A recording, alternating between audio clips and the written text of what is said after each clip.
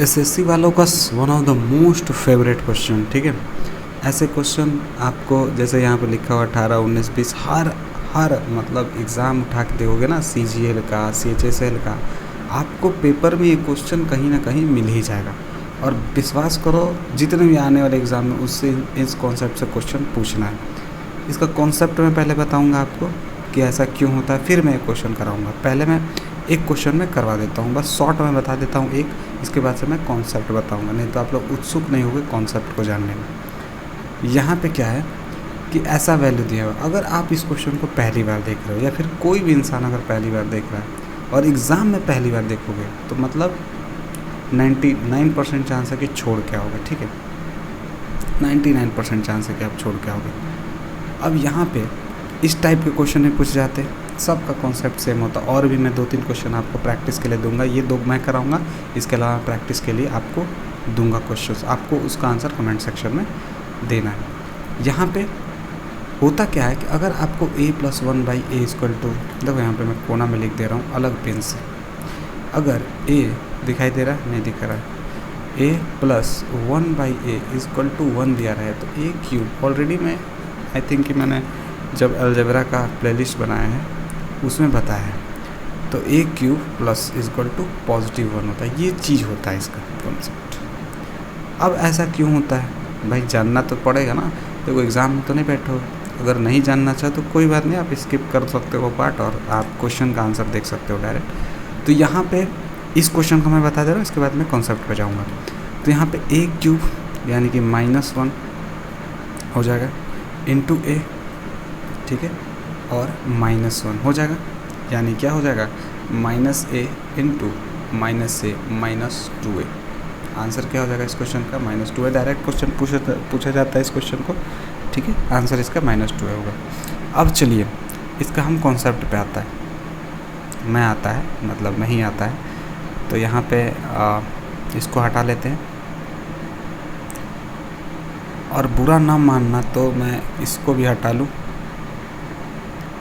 इसको हटा लेते, पूरा क्वेश्चन इसको हटा लेते, ठीक है थोड़ा सा। और ये 23 में आने वाला है, ये भी हटा लेते। भविष्यवाणी तो कर दिया मैंने और आएगा 110% है कि ये सत्य भविष्यवाणी होगी मेरी। तो चलिए होता क्या है, मैंने अभी क्या बोला था, a+1/a = 1, देन a³ = -1, इसको प्रूफ करना, ठीक है। अब होता क्या है कि अगर इसको सॉल्व करें हम तो a² -1 -a हो जाएगा, सॉरी a² +1 -a = 0 हो जाएगा। ये चीज़ होगा। ये मान लो कि इक्वेशन पहला है। अब बहुत लोगों को ना ये चीज़ बहुत ही अजीब लगेगा, बोरिंग टाइप का, मतलब हम लोग क्यों करते हैं, एग्ज़ामिनर क्यों ऐसा पूछता है। देखो भाई पूछता है तो करना तो पड़ेगा हमें तैयारी, अगर नहीं तैयारी करनी है तो भाई कहाँ जाओगे, क्योंकि ये सच में अगर देखो मैं करा रहा हूँ अभी यहाँ पे इक्वेशन 1 बना, अब हमें चाहिए क्यूब, अब एक क्यूब चाहिए, तो अब इस इक्वेशन में मैंने a से इंटू कर दिया, a³ + a -a² = 0 होगा, ठीक है। ये हो गया इक्वेशन 2 बन गया। अगर मैं देखूं तो इस चीज़ का वैल्यू a² -1 का वैल्यू -1 रख सकता हूं, तो a² -1 = 0 हो जाएगा, ठीक है। सॉरी +1 रख सकता हूँ, यहाँ +1 होगा, हाँ +1 = 0 और a³ = -1 हो जाएगा, ठीक है।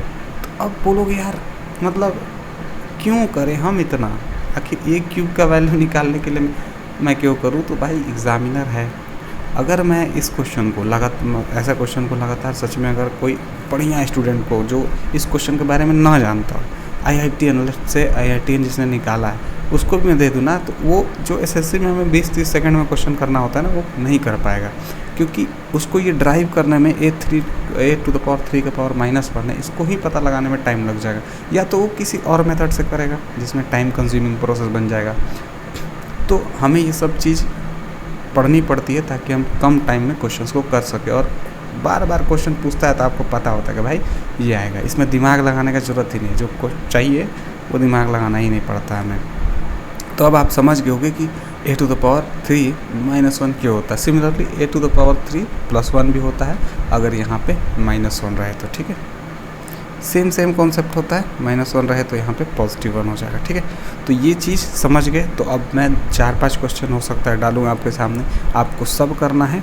दूसरा क्वेश्चन मैं करा दे रहा हूँ, बस ये कॉन्सेप्ट अगर समझ गए तो दूसरा क्वेश्चन मैं करा दे रहा हूँ यहाँ पे। अगर इसका पावर 1 है, ठीक है, इसका पावर 1 है, यानी x to the power 3 equal to -1 हो जाएगा। अगर x टू द पावर 3 -1 हो, यानी कि x टू द पावर 3 को हम लोग यहाँ पे क्या लिख सकते हैं, 3 से अगर कटा हो तो ये तो कटेगा नहीं भाई, ये नहीं कटने वाला है, तो 51 कट जाएगा। 17 3 51 होता है और x लिख सकते हैं। ठीक है, और प्लस ये भी सेम चीज़ हो सकता है, x लिख सकते हो। इसका तो वैल्यू हमको मालूम है कि -1 है, यानी कि -x प्लस 1 बाई -x हो सकता है, यानी कि x -1 by x equal to आपको फाइंड करना है। अब हमें पता है कि इस चीज़ का वैल्यू 1 है। अगर आप इसमें से माइनस कॉमन ले लो तो x प्लस 1 बाई x अंदर आ जाएगा, और इसका तो वैल्यू पता है ना, तो आंसर क्या हो जाएगा, -1। ठीक है, अब मैं आपके सामने 2-3 क्वेश्चन गिराने वाला हूँ, इन क्वेश्चंस को आपको सॉल्व करना है। ठीक है, और ये सारे क्वेश्चन एग्ज़ाम में आए हुए क्वेश्चन है, तो आपको ज़रूरी से सॉल्व करना है इनको। ठीक है, तो पहला क्वेश्चन लिख लो। थोड़ा सा चेंज होगा टॉपिक, कोई दिक्कत नहीं है, आप उनको संभाल लेगा। अच्छा छोड़ो, जो कराया मैंने पहले उस बेसिस पे कर देते हैं एक। ठीक है, ये दिया हुआ है, आपको फाइंड करना है x। देखो इस कॉन्सेप्ट पे क्वेश्चन आता है, अब इस कॉन्सेप्ट पे किसी तरह का क्वेश्चन पूछा जा सकता है। x to the power 68 plus x to the power 55 plus x to the power 35 plus x to the power 30 plus x। अब बताओ ये क्वेश्चन कैसे करोगे? अगर मैं ये क्वेश्चन एक अनजान बालक को दे दूँ जो इसके बारे में पढ़ा ही नहीं है, तो भाई वो हवा निकल जाएगी 2 मिनट में, ये क्वेश्चन करते करते नहीं कर पाएगा कोई। ठीक है, अब ये क्वेश्चन हो गया। ठीक है, एक और क्वेश्चन लिख लो, ये क्वेश्चन हो गया। ठीक है, एक और क्वेश्चन लिख लो। इन सारे का क्वेश्चंस को आप चाहो क्या मैं बोलूँगा कमेंट सेक्शन में ज़रूर करना। होता क्या है ना, इससे ये सारे एग्ज़ाम क्वेश्चन है, होता क्या है कि आपके दिमाग में ये टाइप बैठ जाएगा, जब आप सॉल्यूशन को लिख दोगे ना तो बैठ जाएगा। ये हो जाएगा दूसरा क्वेश्चन आपका।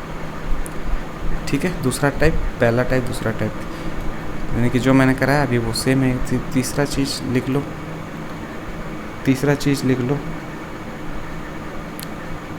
ठीक है, एक क्वेश्चन और दे देते हैं।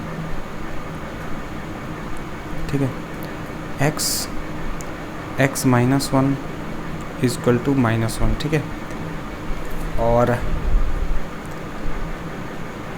x to the power, I think ये क्वेश्चन रहने दो, इस क्वेश्चन को रहने दो।